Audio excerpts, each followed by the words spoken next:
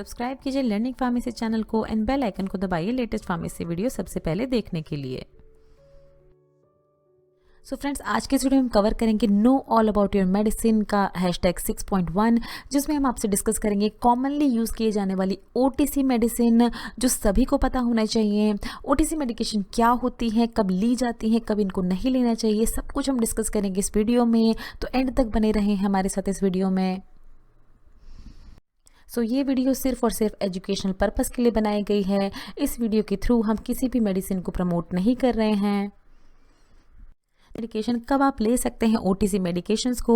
OTC medication क्या होती है, देखिए फुल फॉर्म अगर हम देखें तो होती है ओवर द काउंटर मेडिकेशन। ये ऐसी मेडिकेशंस होती हैं जो कि काउंटर इजीली अवेलेबल होती है। इस तरह की ड्रग्स के लिए आपको किसी भी तरह की प्रिस्क्रिप्शन की ज़रूरत नहीं होती है।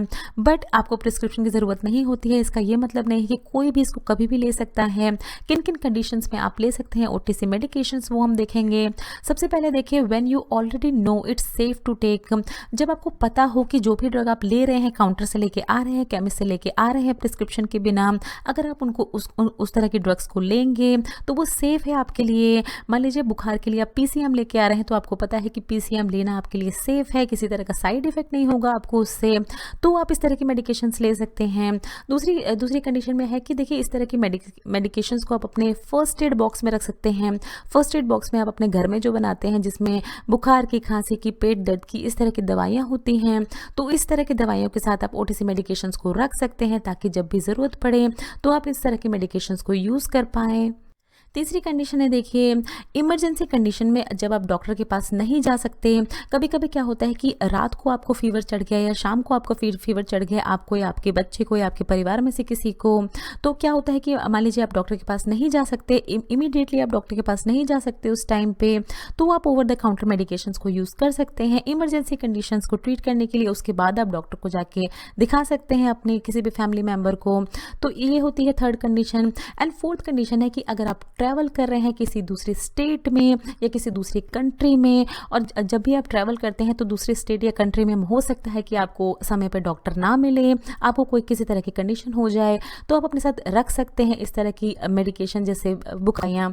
तो इस तरह से आप ओटीसी मेडिकेशन को अपने साथ कैरी कर सकते हैं ट्रैवलिंग के दौरान। तो ये सारी कंडीशंस हैं।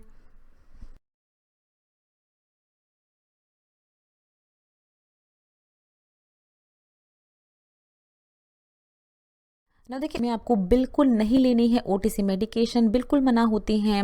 सबसे पहले आती है कंडीशन, देखिए प्रेग्नेंट वुमेन्स के लिए। देखिए जब कोई वुमेन प्रेग्नेंट होती है तो उसकी बॉडी में अलग अलग लेवल पे अलग अलग हार्मोनल चेंजेस हो रहे होते हैं, तो किसी भी तरह की मेडिकेशन जो है वो साइड इफेक्ट कॉज कर सकती है इस प्रेग्नेंट वुमेन को।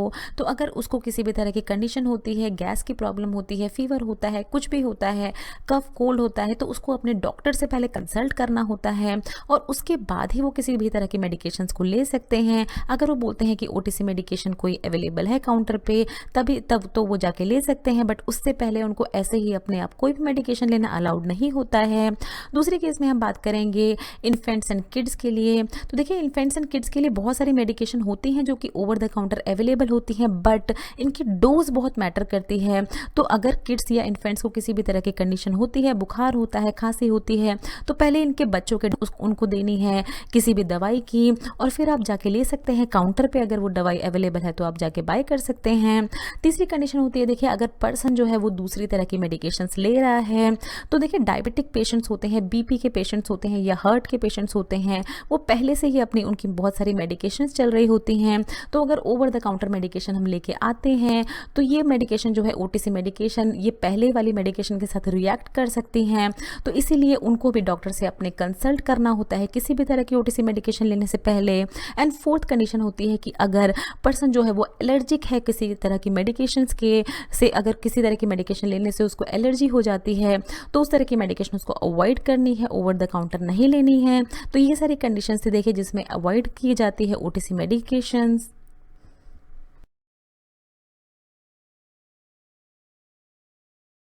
ना देखिए डिस्कस करते हैं one by one OTC medication. सबसे पहले ये देखिए पेन किलर्स को लिया जाता है देखिए शरीर में दर्द के लिए। अगर बॉडी एक है, आपको बॉडी में पेन है तो आप ले सकते हैं पेन किलर्स। ओटीसी अवेलेबल होते हैं ओवर द काउंटर।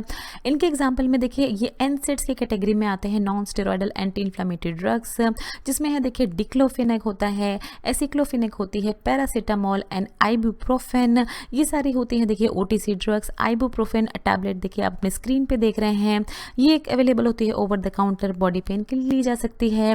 फिर होती है देखिए डिक्लोफेनेक सोडियम, वोल्ट्रान एसआर के नाम से आती है, बहुत ज़्यादा फेमस ब्रांड है ये, इसको ले सकते हैं। एसिक्लोफेनेक एंड पैरासीटामोल का कॉम्बिनेशन आप देख रहे हैं देखिए जेरोडोल पी। तो इस तरह की मेडिकेशंस को आप ले सकते हैं बॉडी एक के लिए। ना फिर है देखिए फीवर के लिए, बुखार के लिए, अगर बुखार आ जाता है तो कौन कौन सी ओटीसी मेडिकेशंस यूज़ कर सकते हैं। सबसे पहले है देखिए पैरासीटामोल बहुत ही ज़्यादा यूज़ की जाती है बुखार के लिए ओवर द काउंटर। फिर टाइलेनॉल आती है, टाइलेनॉल क्या होती है, सिरप होती है, बुखार की सिरप होती है चिल्ड्रंस के लिए। एंड आइबुप्रोफेन भी यूज़ की जाती है, आइबुप्रोफेन आप अपने स्क्रीन पे देख रहे हैं। फिर देखिए पैरासीटामोल डोलो के नाम से आती है, अलग अलग कंसनट्रेशन में अवेलेबल होती है, 500 mg, 650 mg। एंड देखिए फिर होती है देखिए टाइलेनॉल, ये सिरप होती है, बच्चों के लिए यूज़ की जाती है बुखार में देने के लिए उनको। तो इस तरह की और भी बहुत सारी सिरप आती हैं बुखार के लिए बच्चों की, तो इस तरह की सिरप दे सकते हैं ओटीसी मेडिकेशन के अंदर।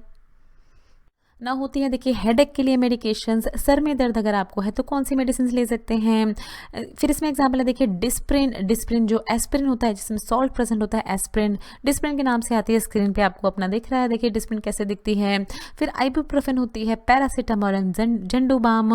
आइबुप्रोफेन इस तरह की होती है, देखिए आप देख ही रहे हैं हर बहुत सारी चीज़ों में आइबुप्रोफेन को दिया जाता है, अलग अलग कंसनट्रेशन में ये भी अवेलेबल होती है, 200 mg, 400 mg में। देन पैरासीटामोल टैबलेट जो है उनको भी किसी जो छोटी मोटी हेडेक होती है उनमें दिया जाता है, उनमें ले सकते हैं। एंड फिर होता है झंडूबाम, सर पे लगाया जाता है अगर हेडेक हो रही है, सर में दर्द हो रहा है। ये कुछ ओटीसी मेडिकेशंस है देखिए हेडेक की। फिर देखिए नॉजिया एंड वॉमिटिंग के लिए, नॉजिया एंड वॉमिटिंग को कहते हैं उल्टी, या अगर जी में चल रहा है तो कौन कौन सी मेडिकेशन है जो कि काउंटर पे अवेलेबल होती हैं। फिर उसमें दो मेडिकेशन देखिए ऑन्डेंसिट्रॉन एंड डोमपेरिडोन बहुत ज़्यादा यूज़ की जाती हैं, ये वॉमिटिंग के लिए एंटीमेटिक ड्रग होती है बेसिकली ये। तो एमसेड के नाम से आती है देखिए ऑन्डेंसिट्रॉन, एंड फिर होती है देखिए डोमपेरिडोम मोटिलियम एम के नाम से आती है।